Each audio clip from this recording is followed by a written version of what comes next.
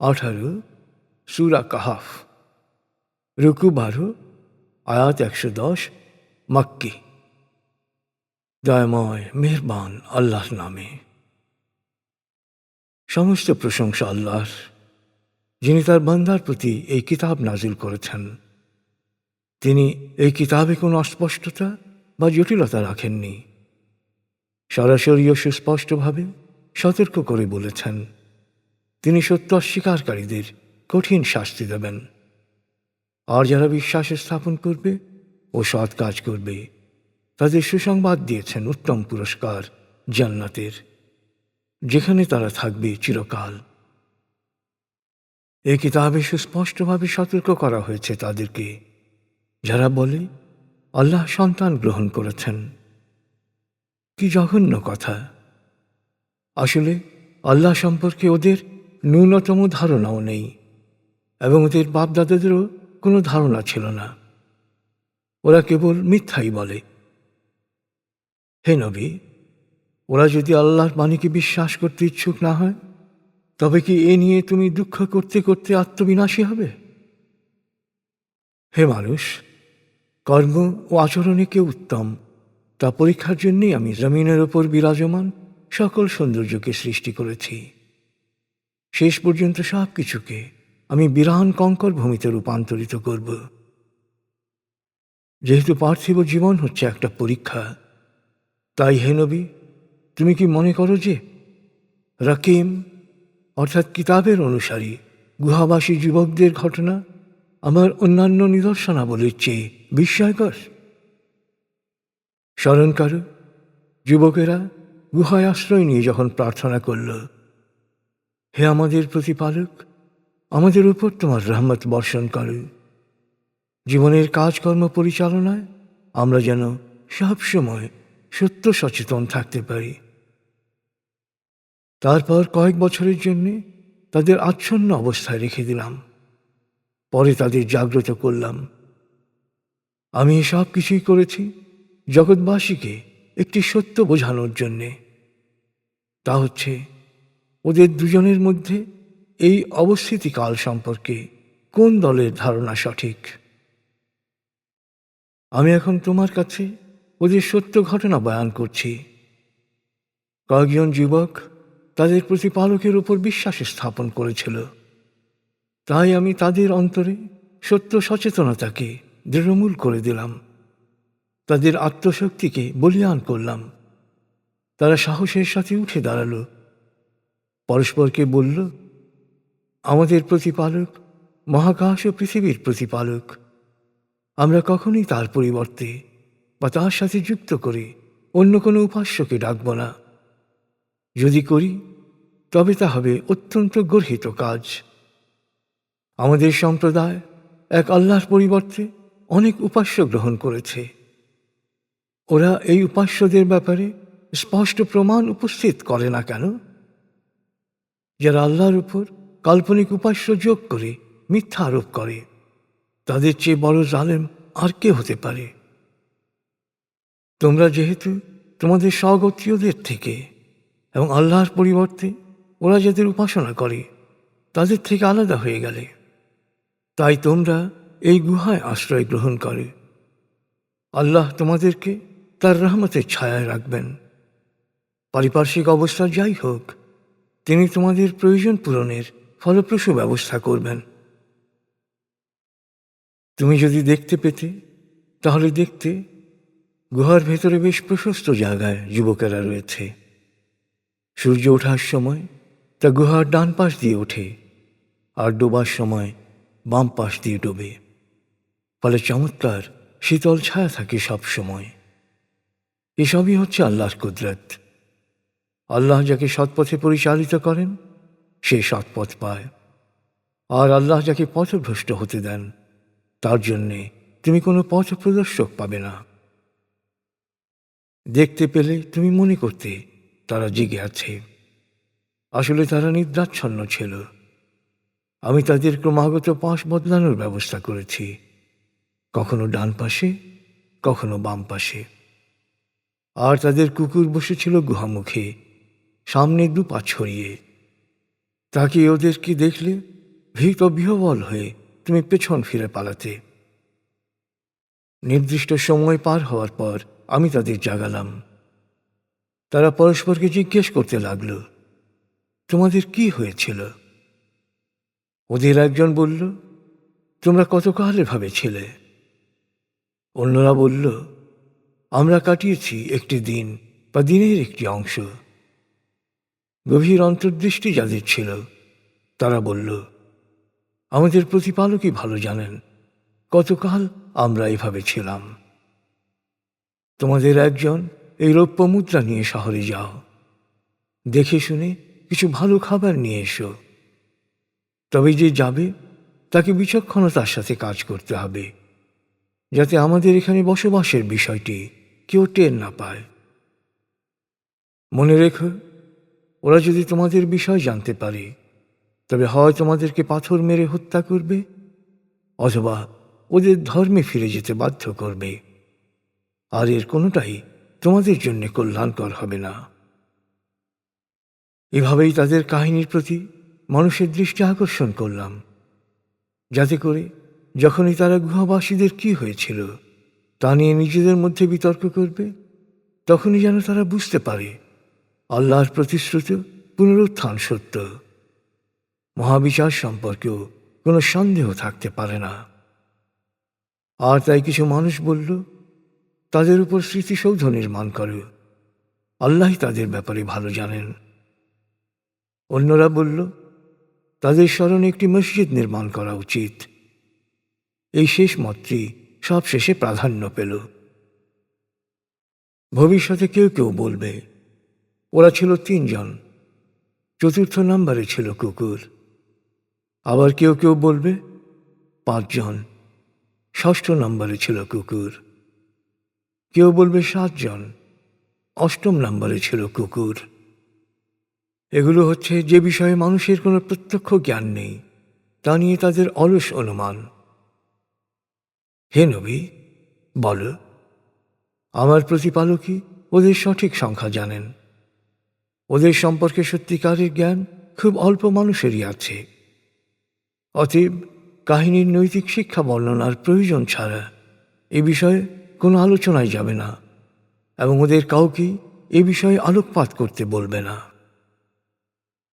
ইনশাআল্লাহ, অর্থাৎ যদি আল্লাহ চান, না বলে কখনো বলবে না আমি আগামীকাল এ কাজ করব। সব সময় বলতে হবে, ইনশাআল্লাহ আমি আগামীকাল এ কাজ করব। যদি ইনশাআল্লাহ বলতে ভুলে যাও, তখন তোমার প্রতিপালককে স্মরণ করো আর বলো, আমি প্রার্থনা করছি আমার প্রতিপালক আমাকে সত্যের আরো গভীরে প্রবেশ করার পথ নির্দেশ করবেন।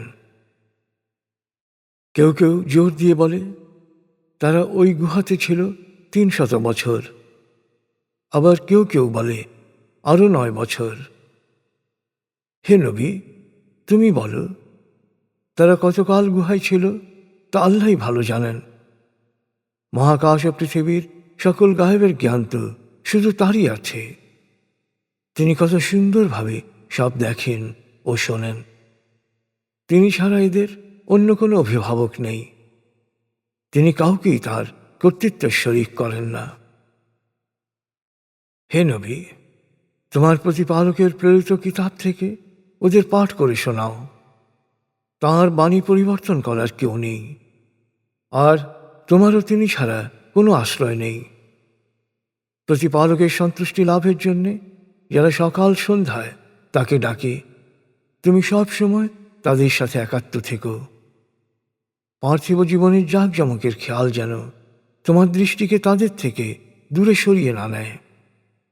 আর আমাকে স্মরণ করার ব্যাপারে যাদের হৃদয়কে আমি অমনোযোগী দেখছি, যারা তাদের খেয়াল খুশি অনুসরণ করে সত্য ও ন্যায়ের সীমা লঙ্ঘন করে, তুমি কখনো তাদের কথা শুনো না। হে নবী, ওদের স্পষ্ট করে বলো, তোমাদের প্রতিপালকের কাছ থেকে সত্য ধর্ম এসেছে। অতএব যার ইচ্ছা বিশ্বাস করুক, যার ইচ্ছা সত্য প্রত্যাখ্যান করুক। নিশ্চয়ই আমি সত্য প্রত্যাখ্যানকারী জালেমদের জন্যে জাহান্নাম প্রস্তুত করে রেখেছি, যার লেলিহান শিখা ওদের গ্রাস করবে। ওদের পান করতে দেয়া হবে আঠালো ফুটন্ত পানীয়, যা ওদের মুখ পুড়িয়ে দেবে। কত না নিকৃষ্ট এ পানীয়, আর জাহান্নাম কত না নিকৃষ্ট নিবাস। যারা বিশ্বাস করে ও সৎকর্ম করে তাদের জন্য রয়েছে পুরস্কার। সৎকর্মশীলদের কর্মফল আমি কখনো নষ্ট করি না। সৎকর্মশীলদের জন্যে রয়েছে জান্নাত, যার পাদদেশে থাকবে প্রবহমান ঝর্ণাধারা। সেখানে তাদেরকে সুখের স্বর্ণালঙ্কারে অলঙ্কৃত করা হবে। তারা পরবে কারুকাজ করা রেশম ও মখমলের বাহারি পোশাক। সুসজ্জিত আসনে বসবে হেলান দিয়ে। বিশ্বাসীদের জন্যে কত সুন্দর পুরস্কার, কত মনোহর স্থায়ী আবাস। হে নবী, ওদের কাছে দৃষ্টান্ত দাও দুই ব্যক্তির। তাদের একজনকে আমি দিয়েছিলাম খেজুর গাছ পরিবেষ্টিত দুটি আঙ্গুরের বাগান, মাঝখানে ছিল শস্য ক্ষেত। দুটি বাগানই ছিল ফুলে ফলে ভরপুর। দুই বাগানের মধ্য দিয়ে প্রবাহিত ছিল ঝর্ণাধারা। তার ধন সম্পত্তি ছিল প্রচুর। একদিন কথায় কথায় সে তার বন্ধুকে বলল, ধন সম্পত্তিতে আমি তোমার চেয়ে শ্রেষ্ঠ, আর জনবলেও অনেক বেশি শক্তিশালী। এভাবে আত্মগর্বী হয়ে সে নিজেই নিজের ওপর জুলুম করল। একদিন সে বাগানে ঢুকে বলল, আমি মনে করি না যে এ বাগান কখনো ধ্বংস হবে অথবা কিয়ামত হবে।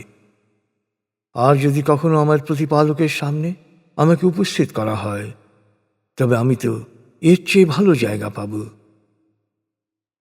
কথোপকথনের এক পর্যায়ে তার বন্ধু বলল, তুমি কি তাকে অস্বীকার করছো যিনি তোমাকে মাটি থেকে সৃষ্টি করেছেন, তারপর শুক্রবিন্দু থেকে, তারপর তোমাকে মানুষের পূর্ণ অবয়ব দিয়েছেন? তবে আমার নিজের কথা বলতে পারি। আমি জানি আল্লাহ আমার প্রতিপালক, এবং আমি আমার প্রতিপালকের সাথে কাউকে শরীক করি না। বন্ধু বলতে লাগল, হায়, তুমি নিজের বাগানে ঢুকে কেন বললে না যে আল্লাহ যা চান তাই হয়? আল্লাহ ছাড়া কারো কোনো শক্তি নেই। যদিও তুমি দেখছ আমার ধন সম্পত্তি ও জনবল দুটোই তোমার চেয়ে কম, তারপরও আমার প্রতিপালক আমাকে এমন কিছু দিতে পারেন যা তোমার দুই বাগানের চেয়ে উত্তম। অথবা তিনি তোমার বাগানকে ধ্বংস করে দিতে পারেন, বা পানির স্তর অনেক নিচে নামিয়ে দিতে পারেন, যা তুমি কখনো ফিরিয়ে আনতে পারবে না। এরপর আকস্মিক বিপর্যয়ে প্রথম ব্যক্তির ফল ফলাদির বাগান ধ্বংস হয়ে গেল। সে তার সমস্ত বিনিয়োগের জন্যে আফসোস করতে লাগল, বলতে লাগল, হায়, আমি যদি আমার প্রতিপালকের সাথে কাউকে শরীক না করতাম। তখন আল্লাহর পরিবর্তে তাকে সাহায্য করার জন্যে কেউ ছিল না। বিপদ মোকাবেলায় তার শক্তি কোনো কাজে এলো না। তখন সে বুঝল সব কর্তৃত্ব ও এখতিয়ার শুধু আল্লাহর। তিনি একমাত্র সত্য। পুরস্কার প্রদান ও পরিমাণ নির্ধারণে তার কথাই শেষ কথা। হে নবী, ওদের কাছে পার্থিব জীবনের উপমা হিসেবে বলো, এ হচ্ছে আকাশ থেকে বর্ষিত পানির মতো। আমি আকাশ থেকে পানি বর্ষণ করি, আর সেই পানিতে জমিনে লতাগুল্ম গাছপালা ঘন সজীব হয়ে ওঠে। তারপর এক সময় এগুলো শুকিয়ে চূর্ণ বিচূর্ণ হয়, আর বাতাস তাকে উড়িয়ে নিয়ে যায়। আল্লাহ একাই সর্ববিষয়ে সর্বশক্তিমান। ধন সম্পত্তি ও সন্তান সন্ততি পার্থিব জীবনের সাময়িক শোভা, আর সৎকর্ম বয়ে আনে অনন্ত কল্যাণ। তোমার প্রতিপালকের নিকট পুরস্কার প্রাপ্তির জন্যে তা অতি উত্তম আর মনোবাঞ্ছা পূরণের চমৎকার পথ। স্মরণ করো, যেদিন পর্বতমালা উধাও হয়ে যাবে, পৃথিবী পরিণত হবে উন্মুক্ত প্রান্তরে। সেদিন তাদের সবাইকে পুনর্জীবিত করে সমবেত করা হবে, কেউই অব্যাহতি পাবে না। তারা সবাই সারি বেঁধে দাঁড়াবে তোমাদের প্রতিপালকের সামনে। তখন তিনি বলবেন, তোমাদেরকে প্রথমবার যেভাবে সৃষ্টি করেছিলাম সেভাবেই তোমরা আমার কাছে হাজির হয়েছ, অথচ তোমরা মনে করতে যে আমার সামনে হাজির হওয়ার জন্যে আমি কখনোই কোনো সময় নির্ধারণ করিনি। এরপর হাজির করা হবে আমলনামা। পাপীরা ওতে ওদের কার্যকলাপের বিবরণ দেখা মাত্র আতঙ্কগ্রস্ত হয়ে উঠবে, আর ওরা বলবে, হায় দুর্ভাগ্য আমাদের, এ কেমন কিতাব, ছোট বড় কিছুই বাদ দেয়নি, এতে সব কিছুরই রেকর্ড রয়েছে। ওরা যা যা করেছে সব এখন ওদের চোখের সামনে। তখন ওরা বুঝবে তোমাদের প্রতিপালক কারো প্রতি অন্যায় করেন না। স্মরণ করে, আমি যখন ফেরেশতাদের বলেছিলাম আদমকে সিজদা করো, তখন ইবলিস ছাড়া সকলেই সিজদা করল। ইবলিস প্রতিপালকের আদেশ অমান্য করল। সে ছিল জিনদের একজন। এখন কি তোমরা আমার পরিবর্তে ইবলিস ও তার অনুচরদের তোমাদের অভিভাবক রূপে গ্রহণ করবে? অথচ ওরা তো তোমাদের প্রকাশ্য দুশমন। পাপীদের জন্যে এ বিনিময় হবে খুবই করুণ। মহাকাশ ও পৃথিবী সৃষ্টি করার সময় আমি ওদের ডাকিনি, ওদেরকে সৃষ্টি করার সময়ও না। যারা মানুষকে পথভ্রষ্ট করে তাদেরকে সাহায্যকারী হিসেবে কাজে লাগানো আমার নীতি নয়। সেই দিনের কথা স্মরণ করো যেদিন তিনি বলবেন, তোমরা যাদেরকে আমার শরীক মনে করতে আজ তাদের ডাকো। ওরা তখন তাদেরকে ডাকবে, কিন্তু তাদের তরফ থেকে কোনো সাড়া পাবে না। আমি ওদের মাঝে এক অলঙ্ঘনীয় গহ্বর স্থাপন করব। পাপীরা সেদিন আগুন দেখেই বুঝে নেবে যে ওদের ওখানে নিক্ষেপ করা হবে, আর আগুন থেকে বাঁচার কোনো পথ ওরা পাবে না। সমগ্র মানব জাতির কল্যাণের জন্যে এই কোরআনে বিভিন্ন দৃষ্টান্ত দিয়ে প্রয়োজনীয় সকল বিষয়ে আমার বাণীসমূহ বিশদভাবে বয়ান করেছি। কিন্তু মানুষ সাধারণভাবে বিতর্কপ্রিয়। যখন ওদের কাছে পথনির্দেশ আসে, মানুষ ভাবে, দেখি না কখন পূর্ববর্তীদের মতো অবস্থা হয় বা কখন আযাব আপতিত হয়। এই প্রতীক্ষায় ওদেরকে বিশ্বাস করতে এবং প্রতিপালকের কাছে ক্ষমা প্রার্থনা করতে বাধা দেয়।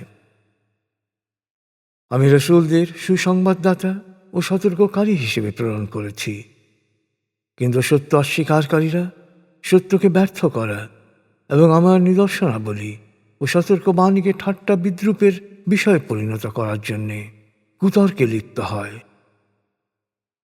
সেই ব্যক্তির চেয়ে বড় জালেম আর কে হতে পারে, যাকে তার প্রতিপালকের বাণী পৌঁছে দেওয়ার পরও তা থেকে মুখ ফিরিয়ে নেয় ও তার কাজের খারাপ পরিণতির কথা ভুলে যায়। আমি ওদের অন্তরের উপর আবরণ লাগিয়ে দিয়েছি, যা ওদের সত্য উপলব্ধির পথে অন্তরায় সৃষ্টি করে। আর ওদের কান হয়েছে বধির। তুমি ওদের যতই সৎপথে ডাকো, ওরা সৎপথে আসবে না। নিশ্চয়ই তোমার প্রতিপালক অতীব ক্ষমাশীল, পরম দয়ালু। ওদের পাপের জন্যে তিনি যদি সাথে সাথেই শাস্তি দিতে চাইতেন, তবে তিনি দ্রুত শাস্তির ব্যবস্থা করতে পারেন। কিন্তু ওদের শাস্তির জন্যে সময় নির্ধারিত করা আছে, সেখান থেকে ওদের পালানোর কোনো সুযোগ নেই। সীমা লঙ্ঘন করার কারণে যেসব জনপদের অধিবাসীদের ধ্বংস করেছিলাম, ওদের প্রত্যেকের ধ্বংসের জন্যেই আমি সময় নির্দিষ্ট করেছিলাম। স্মরণ করো, দীর্ঘ সফরের এক পর্যায়ে মূসা তার সঙ্গীকে বলল, দুই সমুদ্রের সঙ্গম স্থলে না পৌঁছা পর্যন্ত আমি থামব না। প্রয়োজনে আমি যুগ যুগ ধরে চলতে থাকব। কিন্তু যখন তারা দুই সমুদ্রের সঙ্গম স্থলে পৌঁছল, তখন তারা তাদের সাথে আনা মাছের কথা ভুলে গেল এবং মাছ তার পথ করে নিয়ে সমুদ্রে নেমে দৃষ্টির আড়ালে চলে গেল। সেখান থেকে অনেক দূর হাঁটার পর মূসা তার সঙ্গীকে বলল, আমাদের খাবার আনো, আজকের সফরে খুব কষ্ট হয়েছে। সঙ্গী বলল, আপনি কি বিশ্বাস করবেন, আমি যখন ওখানে পাথরের উপর বসেছিলাম তখন আমি মাছের কথা ভুলে গিয়েছিলাম। নিশ্চয়ই শয়তানি আমাকে মাছের কথা ভুলিয়ে দিয়েছিল। অবাক কাণ্ড, মাছটা নিজেই পথ করে সমুদ্রে চলে গেল। মূসা বিস্ময়ের সাথে বলল, আরে, আমরা তো এই জায়গাটাই খুঁজছিলাম। তারপর তারা নিজেদের পদচিহ্ন অনুসরণ করে সেই জায়গায় ফিরে এলো। সেখানে দেখা পেল আমার এক বান্দার, যাকে আমি আমার রহমতে ধন্য ও মারেফতের অন্তর্নিহিত বাস্তবতার জ্ঞান দান করেছিলাম। মূসা তাকে বলল, সত্যপথের যে নিগুড় জ্ঞান আপনাকে দেয়া হয়েছে তা থেকে আমাকে শিক্ষা দেবেন, এই আশা নিয়ে আমি কি আপনাকে অনুসরণ করতে পারি? দরবেশ বলল, আমার সাথে চলার মতো ধৈর্য তোমার নেই। তোমার অভিজ্ঞতা দিয়ে বুঝতে পারবে না এমন বিষয়ে তুমি কিভাবে ধৈর্য ধারণ করবে? মূসা বলল, আল্লাহর ইচ্ছায় আপনি আমাকে ধৈর্যশীল হিসেবে পাবেন। আমি আপনার কোনো আদেশ অমান্য করব না। দরবেশ বলল, ঠিক আছে, আমার সাথে থাকতে চাইলে আমি নিজে না বলা পর্যন্ত কোনো বিষয়ে আমাকে প্রশ্ন করবে না। তারা দুজন যাত্রা শুরু করল। তারা পৌঁছল সমুদ্র তীরে। সাগর পাড়ি দিয়ে নৌকা থেকে নামার সময় দরবেশ নৌকার তলদেশ ফুটো করে দিল। তখন মূসা বিস্মিত হয়ে বলল, আপনি এ কি করলেন? আপনি কি আরোহী সমেত নৌকা ডুবানোর জন্যে তলায় ফুটো করলেন? এ তো গুরুতর অন্যায়। দরবেশ বলল, আমি কি বলিনি যে তুমি কিছুতেই আমার সাথে ধৈর্য ধরতে পারবে না? মূসা বলল, আমার অপরাধ নেবেন না, আমি শর্ত ভুলে গিয়েছিলাম। আমি যা করে ফেলেছি সেই জন্য আমার উপর কঠোর হবেন না। দুজন আবার যাত্রা শুরু করল। পথে দেখা হলো এক তরুণের সাথে। দরবেশ তরুণকে হত্যা করল। তখন মূসা আবার বলে উঠল, আপনি এক নিষ্পাপ তরুণকে খুন করলেন, যে কাউকে খুন করেনি। আপনি মহা অন্যায় করেছেন।